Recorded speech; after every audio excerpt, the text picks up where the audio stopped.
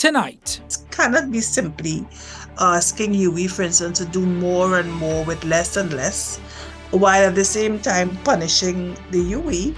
a conversation on education with the UWI Pro Vice Chancellor. From primary school, are our schools and our teachers adequately prepared for this? To professors. I have found that our academics and intellectuals today are somewhat timid. Now on CNC3, Professor Rose-Marie Belle Antoine.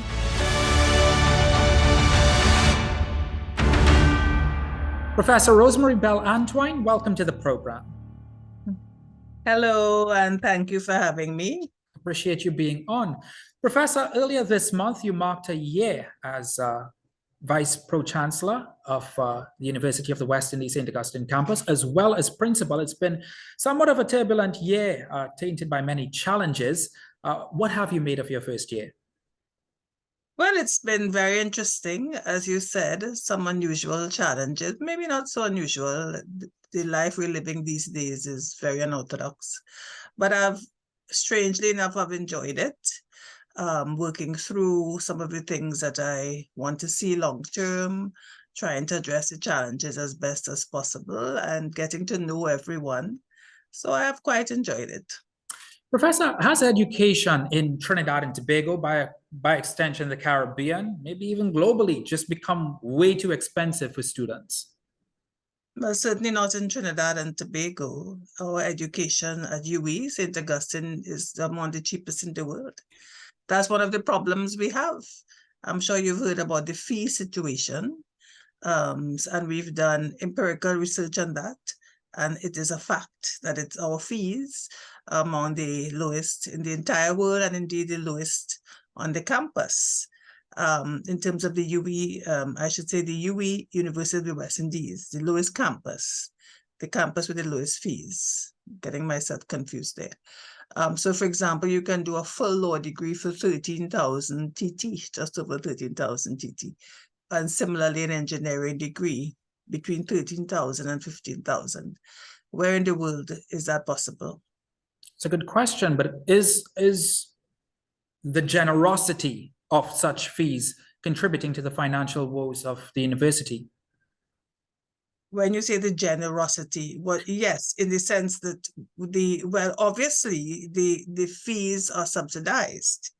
I think that we understand that in Trinidad and Tobago, but the fees that the university gets and the fees that we have to use, the income from the fees that we have to use in order to operationalize and to ensure quality is extremely low. So, Professor, I want to talk to you a little bit about the current affairs of Trinidad and Tobago. Of course, you've spent a lot of time consulting, developing policy, a framework in some instances with organizations like the Organization of American States. We're at a very critical point in Trinidad and Tobago, given the Venezuelan influx that we have seen since late 2018 into 2019. How critical is it from your experience that we develop a national asylum system? Something that the UNHCR, by the way, has called for.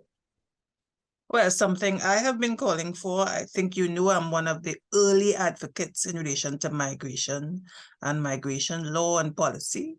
And in fact, I would like to think that persons like myself were able to have some impact in relation to some of the developments.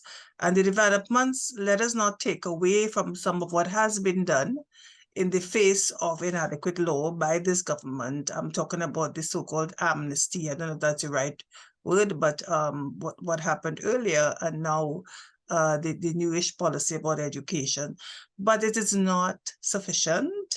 We do need to have very concrete and clear a law and policy in relation to asylum in particular, but not just asylum, because asylum is a very narrow concept in law, but also in terms of undocumented migrants. Some people say illegal, but the correct term is undocumented.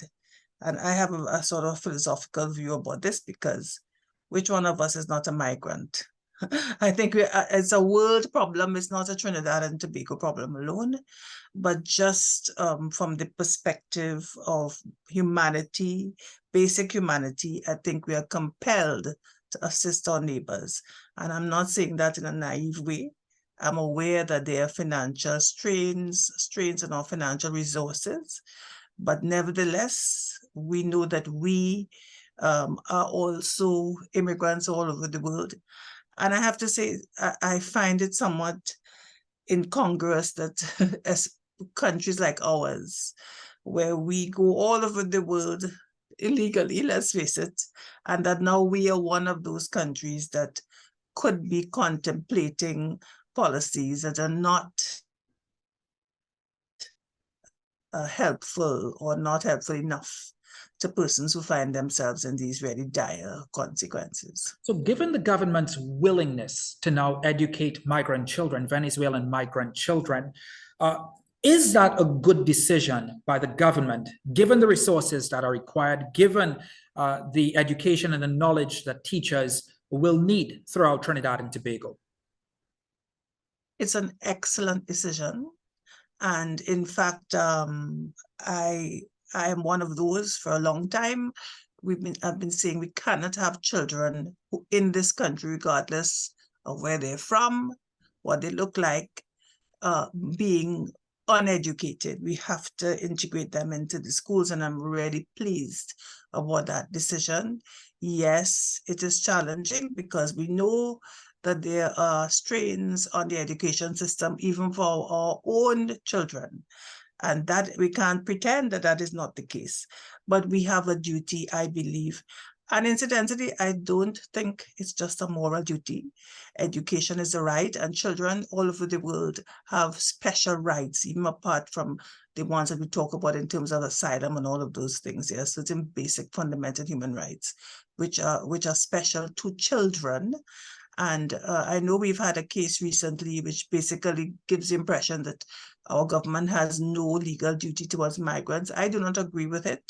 Has to be nuanced. These days, international law, modern international law, speaks to obligations of the state once you ratify. Yes, you have to incorporate the law, which gives you the direct effect, but it doesn't mean that a state can ratify a convention and do absolutely nothing about it. It has a duty, a legal duty to put laws into place, which is where we're at in Trinidad and Tobago.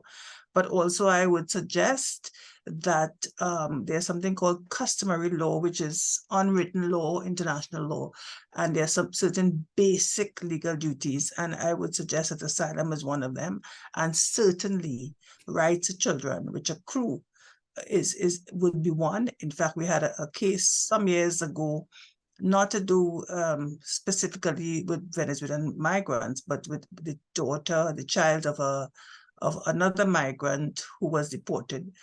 And the court did recognize right up to the Privy Council that those children have rights. So there are things that it's a lot more complex, and this is not the time and place, but it's a lot more complex issue.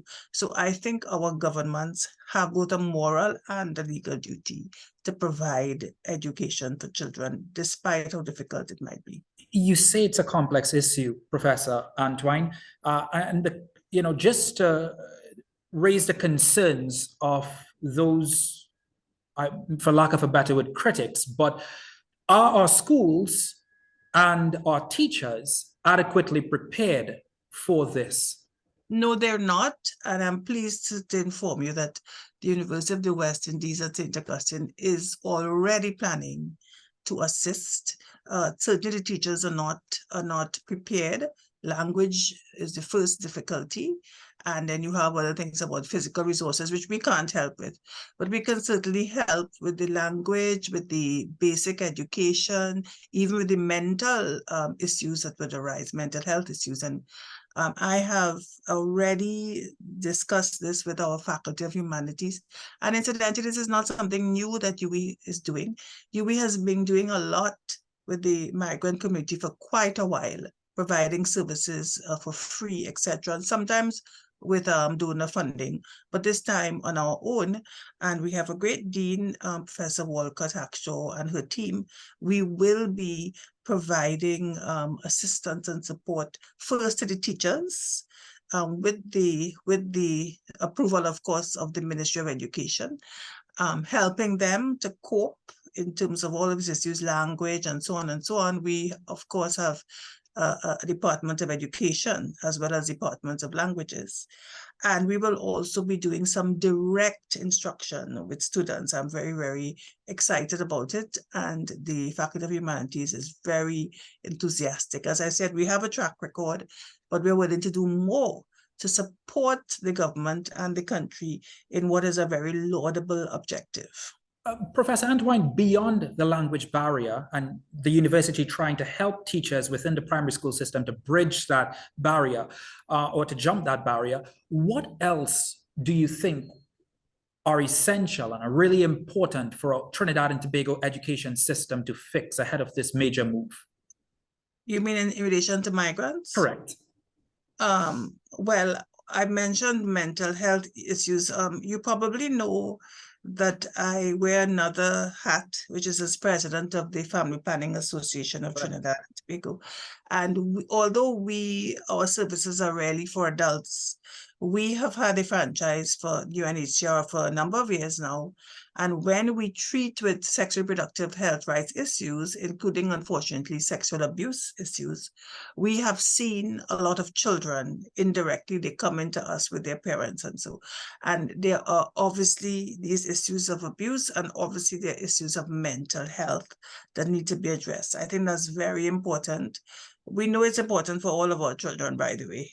We have a huge problem with that, but I think that would be one. And also just the socialization process, which I think is part of education. Clearly, you need physical resources. I mean, you have to have shifts, and those, I can't give advice in relation to that, but I think that's fairly obvious. It's a good opportunity for us to probably do more in relation to our schools generally, because we see every week that certain schools, especially in rural areas and so on, and that is where many migrants are, deep in the south and so on, Arima, these places, that we have to pay some more attention to our schools in terms of the physical structure, the classrooms, the equipment. So it's a good opportunity for us to do a revamping, a rehauling. But I'm not saying that it's going to be cheap. There's dollars and cents involved, but certainly it will require that broad approach. Do you fear that such a move, given the challenges of primary school system, some would even call it a crisis within the primary school system, given the numbers that we've seen from our primary school students, do you fear that this could do more harm than good? In what sense do more harm than good? You mean cause further crises? Correct. Well, as I said, it's a general point I want to make about education, whether it's the migrants ourselves. We have to invest in education. At one time, we were very focused on that, perhaps the leader, perhaps together with Barbados. I would say we were far ahead of Barbados in terms of, let us say, tertiary education, in terms of seeing education as an investment.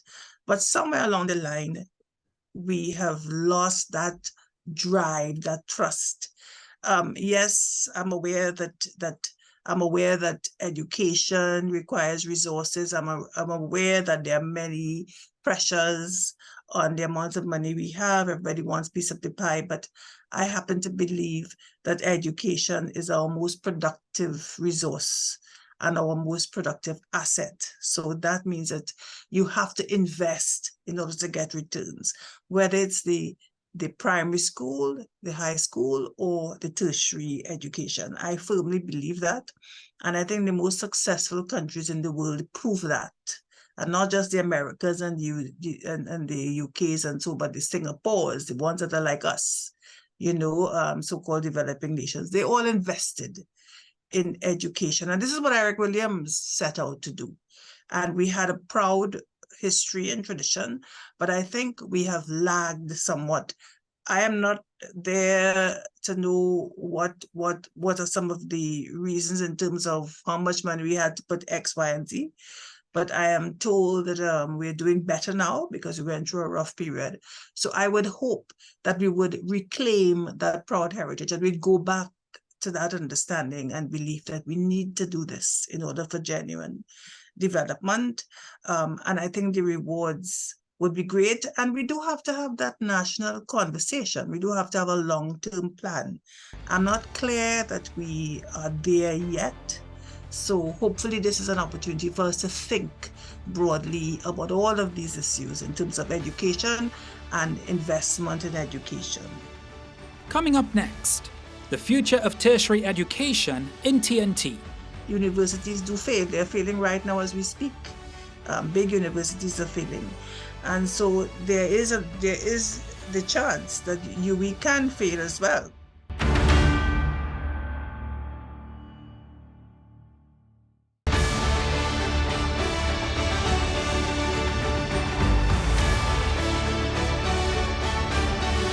Are there any advantages that can be derived from such a move?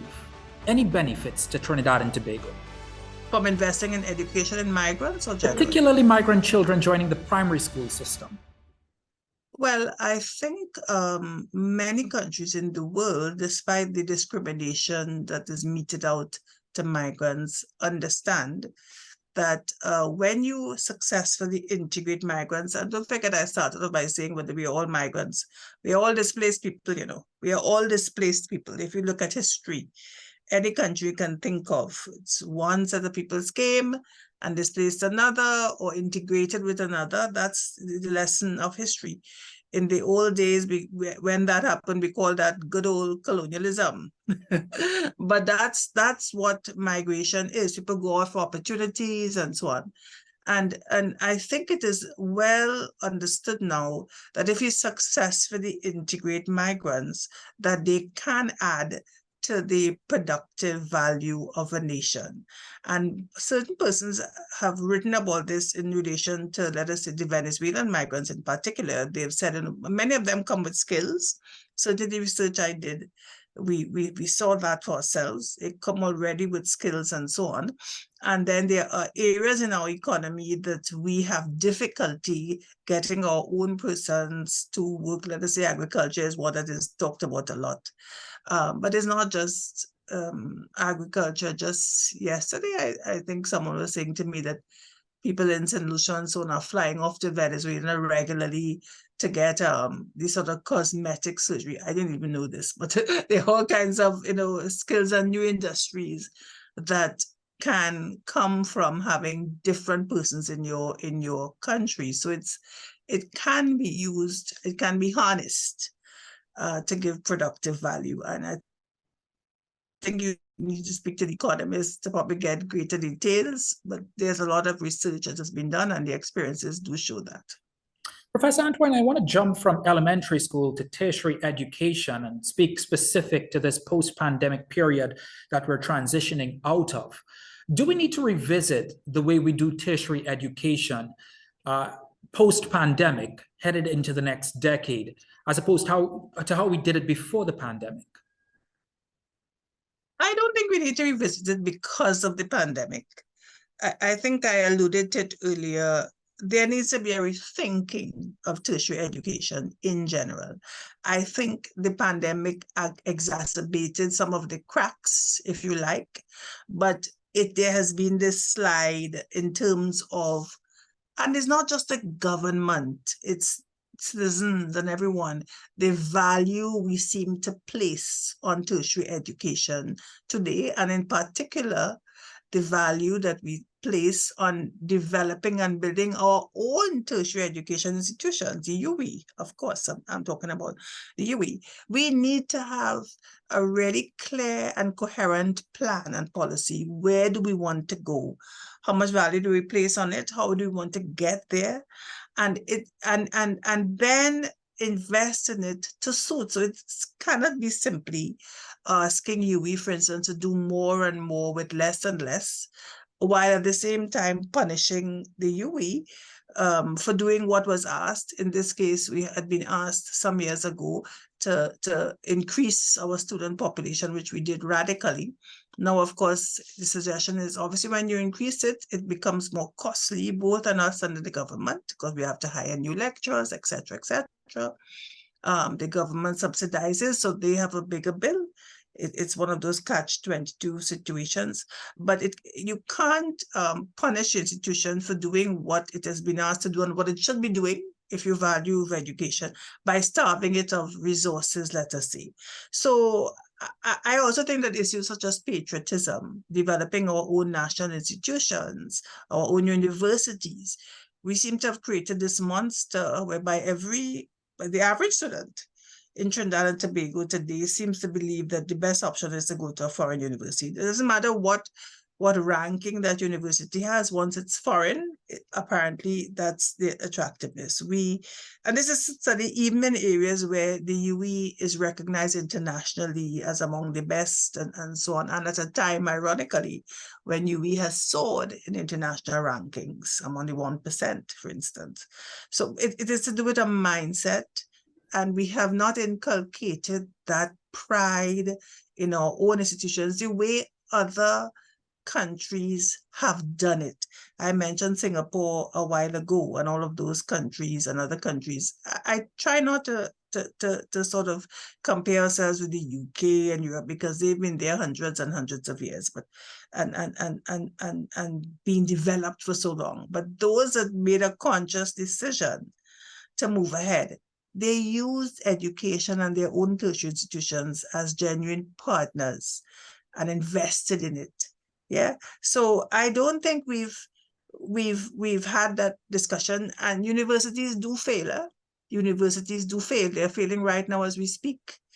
Big universities are failing. And so there is the chance that we can fail as well.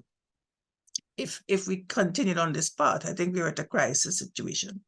So I think the pandemic showed, yes, there was a crisis and so on. We have adapted in terms of methodology. We have understood that we need to do more in terms of our technology. We were doing it, but now we have a more deliberate policy in terms of online education. At the same time, we don't want to be an online university. We don't believe that is the way to go, but we will have a more of a hybrid type of environment. But I think the larger issue is whether Trinidad and Tobago, and by extension the Caribbean, but I'm more centered in Trinidad and Tobago, whether we really have sat and thought about the value of our tertiary education, or whether we just take it for granted.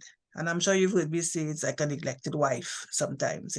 We have it there all the time. You're getting 3 meals a day. One morning, your husband gets up and tells you, sorry, from now on, you're just going to get 1 meal, breakfast with Cricks or something like that, make it do. With no long-term plan, it would appear. So we need to have this discussion, all of us, we need, including the private sector, by the way, because they have a role to play in the value of tertiary education. Coming up next, research versus writing columns. Scientific research and the end product is not a cheap endeavor. The rewards are huge.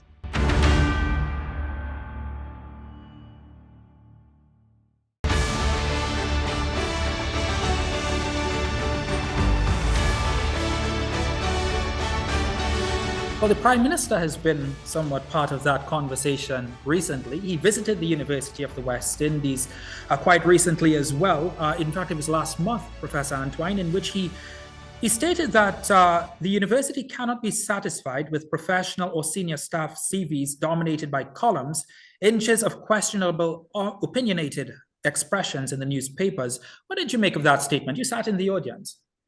Well, I think I went back up on the stage and I whispered him I didn't agree. I've told him since subsequently. And I mean, I know where that comment came from, but it's a bit ironic because I have been saying to my staff, we need to get our voice out there, quite the opposite, because we don't speak out enough, I think, as intellectuals. You remember the days of the Dennis Pantins and the Lloyd Bests and so on, where every issue that happened in the society, you had a UWI person commenting and so on. And that is what it should be like. A university should be like an intellectual freedom. I have found that our academics and intellectuals today are somewhat timid. Many of them, they're afraid to speak out in case they're criticized. And, you know, that's part of it, the criticism and so on. So I obviously don't agree. And incidentally, CVs have nothing to do with newspaper columns. People get promotion, not newspaper columns don't really count. It's published journals. And I'm sure he knows that because, as you know, he was a UWI lecturer himself. So that was, you know, I guess targeted at something, but it's not accurate. And I was even more, well, I think the comment about the science, which came then too, was also something that I think that we need to correct, because in fact, the University of the West Indies and the St. Augustine campus in particular, we have a very strong record in terms of scientific research. And what we don't have, unfortunately, is the support both from government and the private sector in terms of funding research. So we thought, oh, we need to have scientific research. Scientific research and the end product is not a cheap endeavor. The rewards are huge. Let us just say pharmaceuticals, for instance. We have people right now with fantastic discoveries from their research on antibiotic resistance. I can call the names, Professor Ramsabag, for instance. His students are going to Harvard with his research. And when they go there, they will be funded with endowments, millions of dollars. And pharmaceutical companies will fund these things in these countries because they are serious about science and scientific research. It's not just, you know, first of all, they don't even know what UWI is doing, and we take responsibility for that. And I've said this to my scholars, we need to get the message out there, what we're actually doing. But then there has been no concerted effort in partnering with the university to develop that research and put it out there.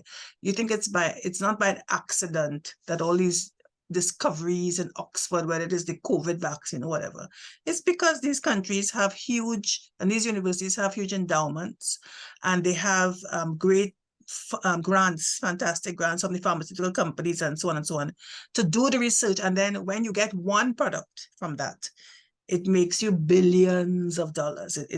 And we have so many unique advantages and that we can exploit and in our research and so on. Whether it is in mosquito research, we were leading in that. That's Prof. Cheney. Now with global warming, you have more people having to worry about those things. Whether it is cannabis, who better than us? Professor, I'm running out of time, but I do want to ask you a very important question to end it, because it's on the back of the topic that you're speaking about. Given the many challenges that Trinidad and Tobago is facing at the moment, we could talk about crime, we could talk about, you mentioned global warming, we have a lot of infrastructure problems. Where does the University of the West Indies stand in helping us face, confront, and ultimately solve those problems? Well, I don't know if it means specifically crime. That's a difficult one. We have criminologists, we have persons who can continue to do research. Over the years, UWI scholars have made many recommendations about crime before it got to this point. It's not clear to me that any of them were ever taken on. But certainly that is what scholars would do. They would investigate, they would research and make recommendations, and we are there, we continue to be there. Sometimes, of course, they are working behind the scenes and you don't know that UWI is there, but that's certainly one. But in terms of develop generally, when I know I got a bit passionate about the science, because science and scientific research, and not just scientific research, but even cultural industry and so on, again, where UWI has comparative advantages. This is where you can develop your country, you can develop the resources that you have. You know, we have brilliant people, we have talented people, but it doesn't just happen with, you know, a university on its own. It tends to happen, or it usually happens, where you have partnerships with the state and partnerships with private sector. And we have so many unique advantages. We have agriculture. At one time, we were top in the world, if you recall, in terms of cocoa, in terms of sugar. This was all, people came to the West Indies to make fortunes. We have forgotten that. We can do these things again if we have the appropriate resources and partnerships and so on. We have the saga Sam washing up on our ocean. We have people doing research on all of these things. But who is investing in it? Who's even trying to find out what the university is doing, whether it's the chocolate or the asphalt products, which we already have invented, waiting to be picked up. So I'm simply saying that the university is a rich asset in terms of the talent, in terms of the research, in terms of the enthusiasm and the potential. But it needs to be harnessed and it needs to work hand in hand with the rest of the country. I think that's how I see it. Yes. Professor Rose-Marie Belle Antoine, we're out of time, unfortunately, but thank you so much for joining us on the program. Thank you so much for inviting me. It was indeed a pleasure, and keep up the good work at CNC3.